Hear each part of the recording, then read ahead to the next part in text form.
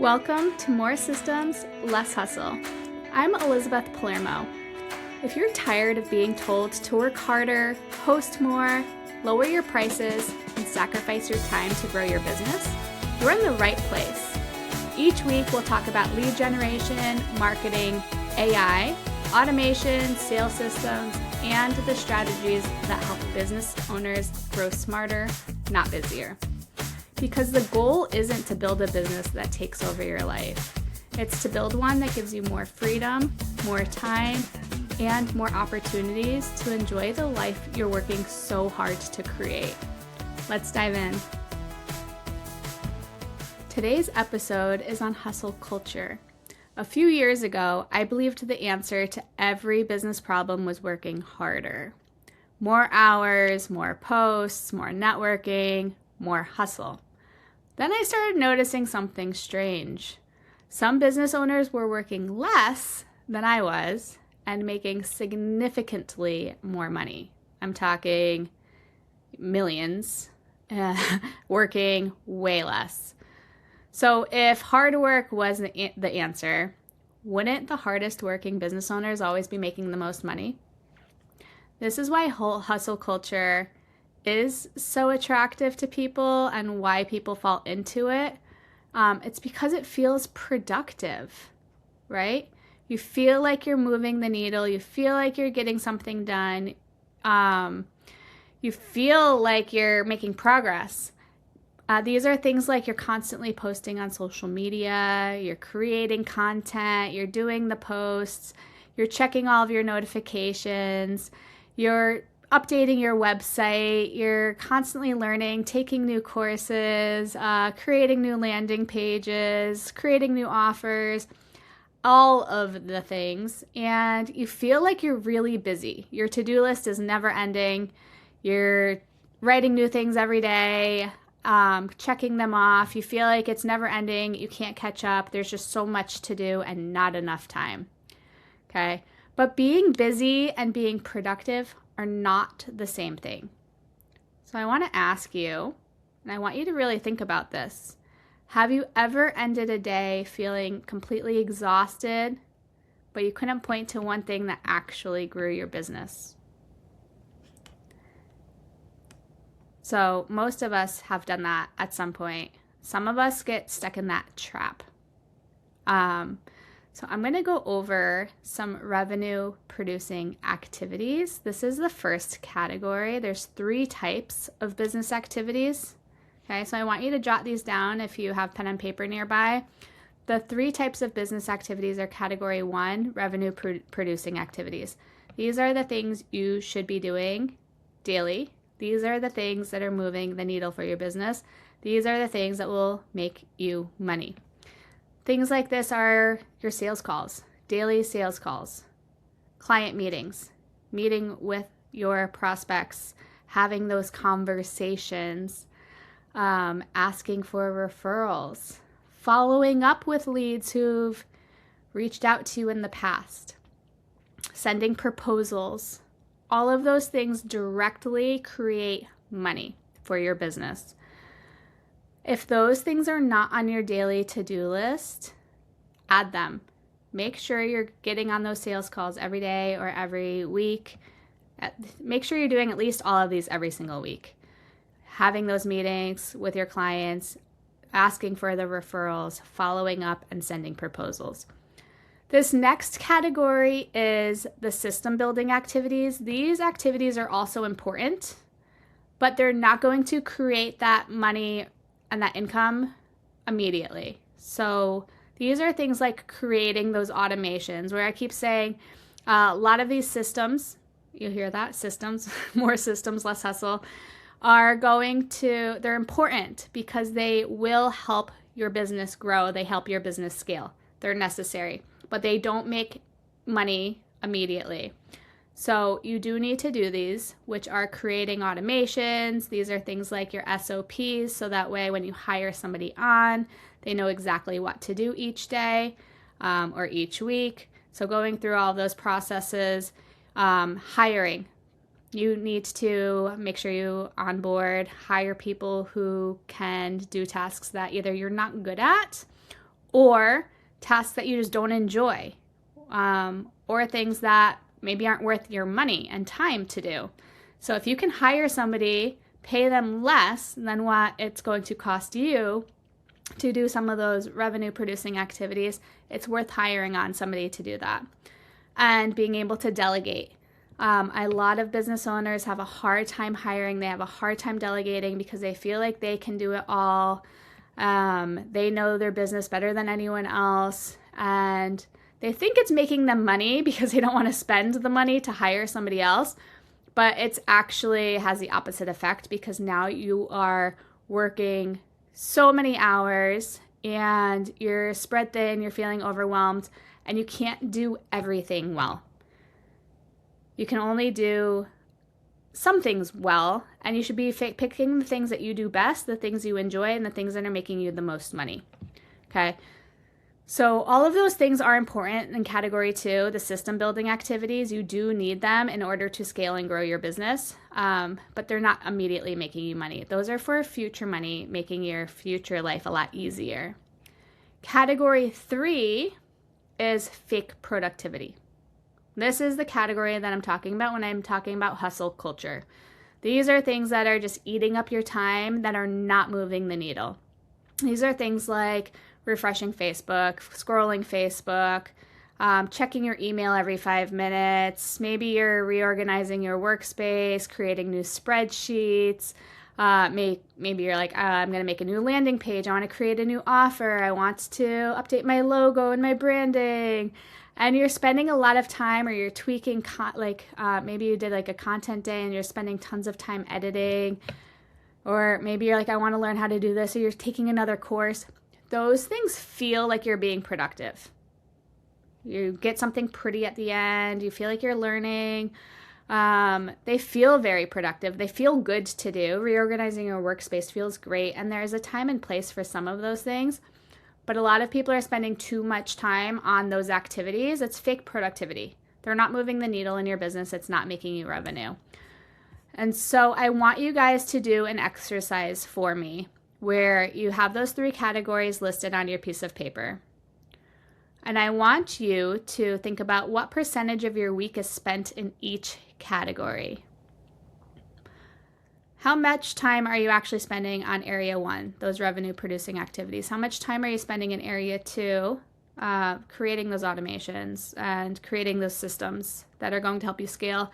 And how much time are you spending on that fake productivity? Okay, so I'm going to give an example of what this actually looks like. So let's say there's business owner A, and business owner A is working 70 hours a week. They are hustling hard, so busy. They have no systems in place. They're doing everything manually. They don't have anybody working for them. They're trying to do everything. Okay, I see this a lot in home service businesses. These are people like the painters, the HVAC, the plumbers, the electricians, the landscapers. They're out there, they're working, they're busting their butt every single day, working their tail off, and then they come home, they're trying to write proposals, they're trying to meet up to do quotes, they're trying to manage everything, and things are falling through the cracks, right? And they feel exhausted. Then there's business owner B. Business owner B is working 35 hours a week, half the amount of time each week. They have automations in place, they have SOPs, and they have things delegated to other people. Maybe they have a couple workers as well who are doing some tasks for them. Who's winning year after year? It's almost always business owner B, and it's not because they're working harder. We just said they're working only 35 hours versus 70. It's because they built leverage in their business. You need to build leverage in your business in order to grow and scale and not burn yourself out. So, for example, I'm going to share a personal story about myself. I would say, I would joke about it. I would say I'm a serial entrepreneur. I just can't get this out of me. I need to constantly be like learning and growing. And as much as I love learning and growing, I truly am passionate about it. It's something that's fun for me. I enjoy it. It's not it doesn't get the revenue that I want. And so I was spending years, literally years, where I am teaching. I'm a full-time teacher, a mom of 2 little girls, both under the age of 5. I'm cleaning the house. I'm running businesses. My hours are limited. I'm trying to do the laundry and trying to do the groceries and cooking and keep the house tidy, and things fall through. Let me tell you, the house would just get super messy. The laundry just waits. Dinners just don't get cooked. Something's always falling through the cracks, or the businesses start, falling behind. I'm not growing where I want to. And then even more specifically, in the businesses, spending so much time like, oh, I just need to create another landing page. I need to create another funnel. I need to create a new offer. And so constantly tweaking and trying these new things instead of just staying on the one thing, doing what I do best, and then hiring somebody else, outsourcing the rest to manage the things that I couldn't do well, or hiring somebody to do some of the tasks that don't make sense for me to do anymore. Once you scale your business to a certain point, you have to be thinking, how much money am I bringing in? Let's say you're earning $100 an hour, right? When you break down how much money you're actually bringing in, let's just say, just for even numbers, you make $100 an hour on average. But your house, you're trying to clean your house because you're like, I don't want to hire a house cleaner. It costs too much money and something I can easily do. But the question isn't, can you do it? Yes, you can do it. It's, should you be doing it? So if you are feeling, you have all those hours, things are falling through the cracks, and you're making $100 an hour to do something, and you can hire somebody else for $30 an hour, doesn't it make so much more sense for you to just hire somebody to come clean your house for $30 an hour? And they can do that. It's going to save you 3 to 5 hours per week. And those 3 to 5 hours per week that you're saving, you could be putting into your business and making more money. The trick is you need to actually be doing those revenue producing activities for those 3 hours that you are trading, so that way you're making that money. Does that make sense to you guys? So it's not just staying busy or just freeing up time to just sit on the couch. It's to make sure that you're trading that time for something that can help you with those revenue producing activities. And that's when you can start doing these things, you're going to start scaling. So I realized, I wish it was quicker. I wish I realized this quicker and sooner, but that you don't win by working more hours. You don't win by trying to do everything yourself. You win by making each hour more valuable. And so I had, a couple mentors. So many people told me. One person said, if you have a magnifying glass pointed all over the place and you're moving it around, you're never setting anything on fire. But if you have that magnifying glass on one thing and you hold it there long enough, it's going to set fire. Okay? Concentrated focus over time. So if you're spreading your focus across all of these business tasks and you're trying to manage everything, nothing's growing. Nothing's catching flame because you're not putting enough time and focus into what you need to be putting your time and focus into. Another mentor told me, do what you do best, outsource the rest. The very first thing, and when I hired him to start working with him, said, I need you to hire a VA. I'm like, I don't know. I haven't even started my business yet. Why am I hiring somebody before? He's like, you just need to hire, trust me, just hire somebody. It's the first time I had ever done this. Typically I was always trying to do everything completely myself. And so I trusted him and I did it. It was life-changing because this person I hired was working for $12 an hour, where then I can turn around and sell my stuff for way more, and I can focus on the things that I need to focus on instead of spreading myself thin. So if there's any of you who are listening and you're working a full-time job, you're a parent, you're a mom, and you're trying to also start a business, hire a VA. Hire somebody to help you with the tasks that you shouldn't be doing so you can focus on the revenue producing activities. It's going to change your life. It's going to change your business. Okay, so I'm going to give you guys a task. These are 4 questions that are going to help you change your business. Okay, question 1. When you are looking at the tasks that you do each day, so look through your tasks before you do anything. Ask yourself, does this directly create revenue? So if you're like, I'm gonna go take this course, does that directly create revenue? No. Don't do it. Is it important right now? No. Question 2, can this be automated? This is a big one, guys. AI is here. There's so many ways to automate. So you're like, I need to follow up with all these people right now. I haven't been able to get back to them. It keeps dropping off my to-do list. I push it back to tomorrow. I'll get back to them the next day. Oh, I forgot to ask for referrals and reviews. I'll do that next week. Can that be automated? Yes, yes, and yes. Yes, you can automate all of those things. You should be automating your text messages. You should be automating your email campaigns. You should be automating any appointment booking systems. You should be automating follow-ups. You should be automating referrals. You should be automating reviews. Okay, those are just some things that you should be automating in your business. If they're not automated yet, reach out to me, ask for help. I'm happy to help you. I can show you exactly how to set those systems up. Or, like I'm saying, if it's not something you're good at, hire somebody like myself to get those systems set up and automated for you. That's question 2. Can it be automated? I see so many people wasting time and losing money because they don't have these things in place. Question 3, can this be delegated? Are you the right person to be doing the task? Sometimes it's not something that you should be doing.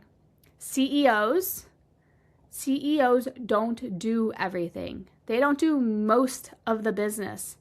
They are the higher level, overseeing everything, managing, making sure everybody else is doing what they need to be doing.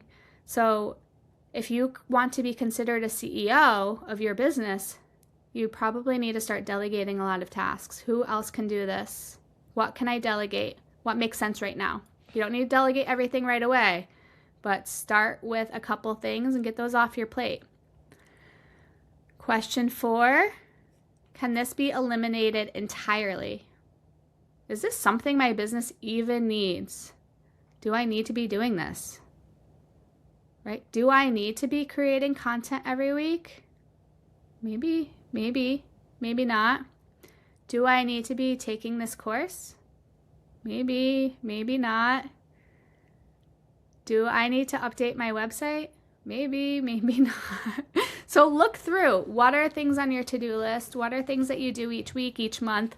Is there anything that can be eliminated? Simplify. My 3rd grade teacher always said, KISS, keep it simple, stupid. And I think those are really wise words to live by, especially as entrepreneurs and business owners. Simplify, simplify, simplify. Keep everything simple. Okay. So the goal isn't more hours. It's not more hustle. It's not more stress. When you started your business, think about why you started it. Most business owners I talk to, their goal has been more freedom, more leverage, more money, profit, more time with family for the things that matter most to them. Okay? We didn't start businesses to hustle, to work our lives away. That's not the point. The point isn't to be working 40, 50, 60, 70 hours per week. The point is to have more freedom and more money to be able to do the things we want with the people we love in life, to help others. Okay? So for the next 3 days, this is the last task for you guys today, is to just, over the next 3 days, write down everything that you're doing in your business in 30-minute blocks. Okay? And then after you have everything written down on your list of everything that you're doing, Maybe you're doing social posting. Maybe you're messaging leads. Maybe you have to follow up with leads. Maybe you're doing the sales calls. Maybe you're doing quotes. Maybe what are you doing each day? And write them all down. And then I want you to go through and label each of those 30-minute blocks. Is it a revenue producing activity? Is it a system building activity? Or is it fake productivity? Okay, label those 3. I think if you actually sit down and do this over the next 3 days, you're going to be shocked by the results. You're going to see how much time you've been wasting doing the things that don't matter most. And it's not entirely your fault. I work with a neuroscientist, and they've explained that lots of times we fall back to those things that don't really matter. They're kind of, the fake productivity tasks, because that's where our comfort levels are. And so it's based out of being in the position and place that we are comfortable in. And as we are scaling and growing, those things can start to feel uncomfortable. Your identity has to shift. And so the old version of you is still hanging on to that version of yourself. And when you start outgrowing that, your identity has to shift. And intrinsically, for our survival, that part of us is, our old identity is dying. And it's like, no, I have to hold on to that. So you fall back into those old ways, those old patterns, the things that you shouldn't be doing because it's comfortable, it's safe. I need you to really be intentional in what you're doing each day and each week, and realize that if you are serious about growing your business, if you're serious about scaling your business, that those tasks need to be delegated. They need to be automated in order for you to get your business to the point where you can have that freedom and that revenue and being able to do what you love with the people you love and help others. So if you're constantly feeling overwhelmed, the answer isn't work harder. It's figuring out which work actually matters. In the next episode, I'm going to show you how I built an AI employee for small businesses. Not a chatbot, not a gimmick, an actual system that follows up with leads, answers questions, books appointments, and helps businesses stop losing revenue. See you next time. Thanks for listening to More Systems, Less Hustle. If you found this episode helpful, be sure to subscribe, leave a review, and share it with another business owner who could benefit from it. Remember, success isn't about working harder, it's about building better systems. I'll see you in the next episode.